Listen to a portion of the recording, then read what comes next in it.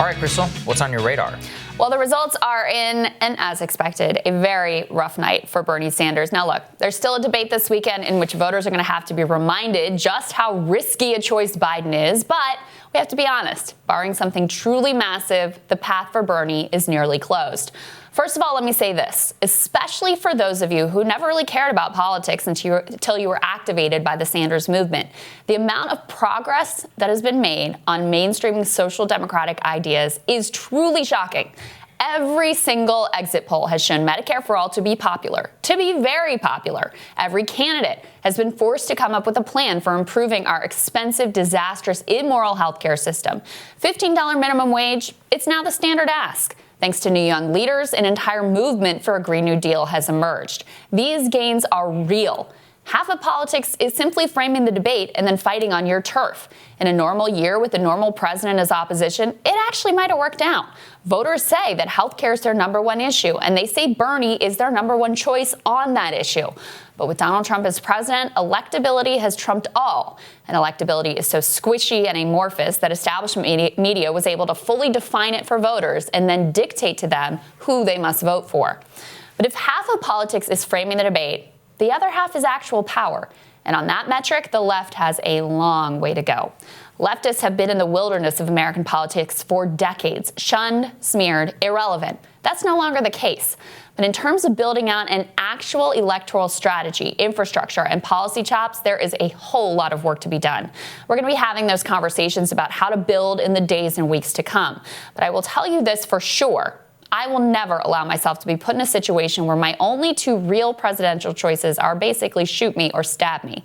I can promise you I will do everything in my power to make sure we are never left in that situation again. So let's focus on the here and now. The Democratic establishment and its media allies, faced with their imminent demise, were able to throw everything behind their candidate of choice. Joe Biden is an empty vessel into which they can pour all of their corporatist aspirations. All the pigs that feast at the government trough will continue to be fed. All the same banksters will run the show. Fine. Y'all have made your choice of a fading old man who stands in opposition to all of the things that young people and working class people have told you matter to them. As friend of the show Emma Vigeland tweeted, under a Biden presidency, in the unlikely event that he's able to defeat Trump, there will be no Medicare for all, no Green New Deal, no tuition-free college, no student loan forgiveness, no legal marijuana, no wealth tax, no end of the wars, no trade reform. In case you had any doubts, here is Joe Biden telling Lawrence O'Donnell he would say screw you to the entire Democratic Party, not to mention the working class, by vetoing Medicare for all, which, again, was popular in every single state that's voted so far. Let's flash forward. Your president, Bernie Sanders, is still active in the Senate. He manages to get Medicare for all through the Senate in some compromised version, the Elizabeth Warren version or other version. Nancy Pelosi gets a version of it through the House of Representatives. It comes to your desk. Do you veto it? I would veto anything that delays providing the security and the certainty of health care being available now. If they got that through and by some miracle, and there was an epiphany that occurred, and some miracle occurred that said, okay, it's passed, then you got to look at the cost. I want to know, how did they find the $35 trillion? What is that doing? Is it going to significantly raise taxes on the middle class, which it will? What's going to happen? Look, my opposition isn't to the principle that you should have Medicare. I mean, everybody, health care should be a right in America. My opposition relates to whether or not, A, it's doable, two, what the cost is, and what the consequences for the rest of the budget are. How are you going to find $35 trillion over the next 10 years? He is trashing Medicare for all during an actual pandemic. Look, Fat, Joe can say what he wants, and party leaders in the media can line up behind whoever they want. But you're not going to tell me or anyone else that we now have to vote for that person. Voters don't owe you anything. You're not entitled to their vote. It's not the way this thing works. You have to actually earn it. It's so clear now that the whole vote blue no matter who line is a total con job designed to quash any dissent so that they can fully shove any neoliberal corporatist nonsense down our throats, whether it's Jamie Dimon or trashing Medicare for all or standard issue warmongering foreign policy. We're supposed to just accept it all because at least it's not Donald Trump. The responsibility is placed wholly on the voters to suck it up and vote Joe. I'm not buying it.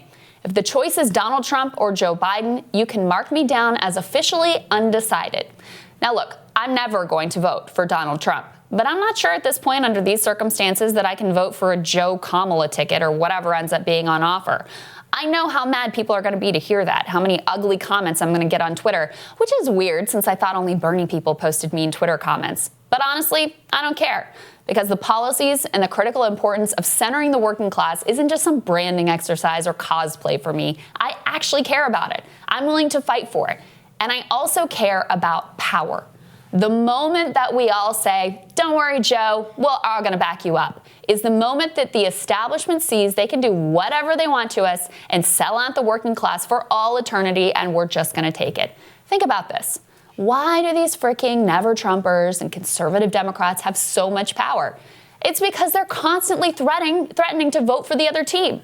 We have to bend over backwards to keep them from wandering. But the left? Nah, we can spit in their face, and they've still got to show up because Mitt Romney or Donald Trump or Josh Hawley or whoever is just too bad to contemplate the alternative. And by the way, if the corporatists lose again anyway after we all suck it up and vote Joe, they're still going to blame us. Well, I'm, for one, not in the mood to play along. So if moderate voters are what you need to win, go ahead. Try to win with your moderate voters. Try to win while sticking your middle finger in the face of the Amazon and Walmart and Starbucks workers who sent in their $10 and $20 because they dared to believe in something better. Try to win while smearing the young people organizing for the Green New Deal as toxic. Try to win while insisting that Medicare for All is terrible and any way we can't afford it. Maybe you should talk to some folks about whether they can afford the status quo. Go ahead and try to win without this movement, because most people aren't interested in voting for candidates who treat them like crap and view them with utter contempt. I mean, Sagar, here's the reality. The left is going to get blamed if Joe Biden loses, no matter what. Yeah. And by engaging in this whole unity thing, and of course, from the beginning, of course, we're going to vote for the nominee, no matter who it is, you've just stripped yourself of power, of leverage, of being able to say, no, we're going to see who the nominee is. We're going to see if they support our values, if they're worth earning our vote. And the moment you take that off the table is the moment that they can just take you for granted. Of course they can. They can take you for granted, but like you said, they always have to go to the squishy, moderates who allegedly will vote for whomever. By the way, they were going to vote for whoever had a D next to their name in 2020. There's just no question of that. And look, what Bernie has done is neutralize his own power from the very beginning. He never said, I've got a movement, I've got my people. If you don't give me the nomination, we will riot and burn down the streets in the convention. And, people are uncomfortable with that. But that's how it works. If you want you think the establishment would have coalesced so quickly around Biden if they had that hanging over their head? No way. You think all these things, Tom Perez would have been freaking out. All this stuff about trying to get Joe Biden to sit at the debate. I mean, they put their thumb on the scale over and over again.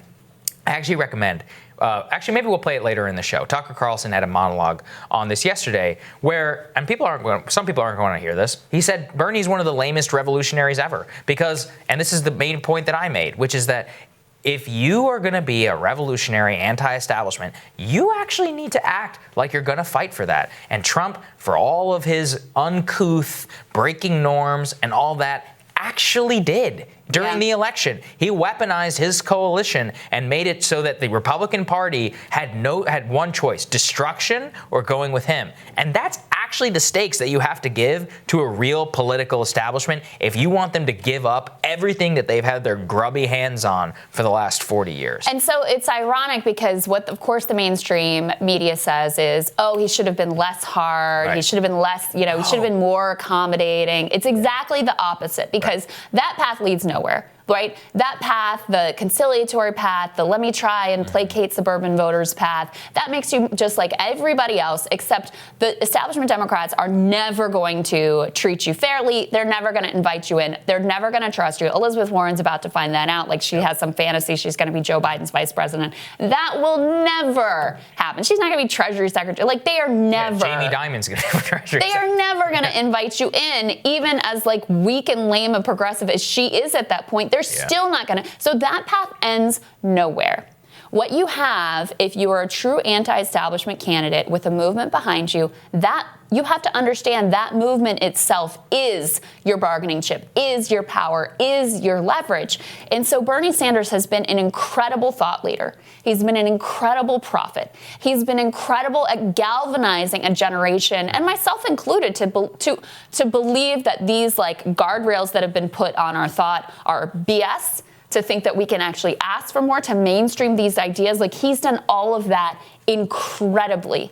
Actually being able to obtain and exercise power, complete failure. Story. I've been thinking of him in the context of Barry Goldwater. There's a saying on the right that Barry Goldwater lost the 1964 election, but he won the 1980 election. And I actually think that's probably analogous to Sanders, in that the Sanders movement, kind of blew out in 2020, but that the infrastructure, I mean, you look at these voting numbers, right? And you see 77% of young voters backing Sanders over Biden in Michigan. All these people are going to grow up. Even more young people are going to grow up under and where these ideas are mainstream and normal. And in 16 years from now, I think we all know that that will probably be the center position. Now, the real question is which party captures that center position of the growing number of our population, and that's the true fight for a future of politics. I think that's what we try and do here. Yeah, so. Or if these parties, as they exist now, even survive. Yeah. With the landslide shifts that we're seeing in politics and massive generational divide that we're going to dig into more today, I think it's an open question whether these parties remain as currently constituted. Certainly. Next on Rising, Jake Gaba gives us an update on the College Pulse election tracker. Speaking of young voters, we'll have that next.